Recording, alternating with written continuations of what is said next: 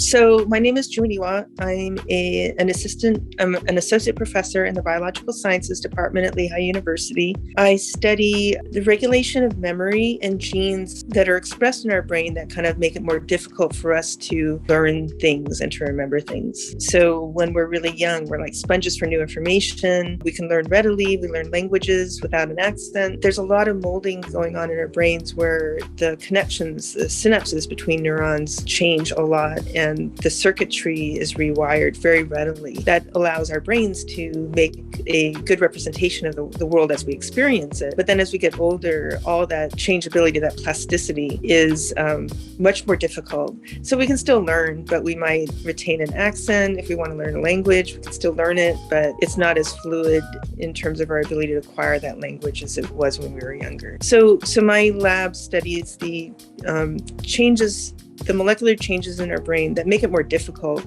as we transition from being young into adulthood. A lot of people and artists, they are almost afraid of exploring the notion of creativity. It's an ephemeral thing. What if you destroy your ability to create by analyzing it too much? It's a gift that you have. And, you don't want to second guess it too much, because what if it goes away?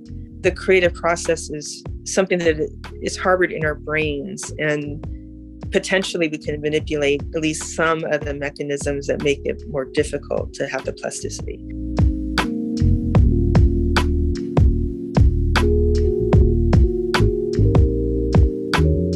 I was drawn to it because it was very vibrant. It seemed to have a lot of creativity related to some of my ideas about the sort of conditions that we require in order to be creative. So I felt like that had a lot of that dynamic aspects to it that reflected some of the conditions we would need for creativity. For each individual, certain shapes, they have certain meanings or tie-ins to our own experiences. And they're so unique to the individual because everyone's experiences are different. And that's one reason why I like abstract art, because it kind of stimulates this individualistic process of interpretation.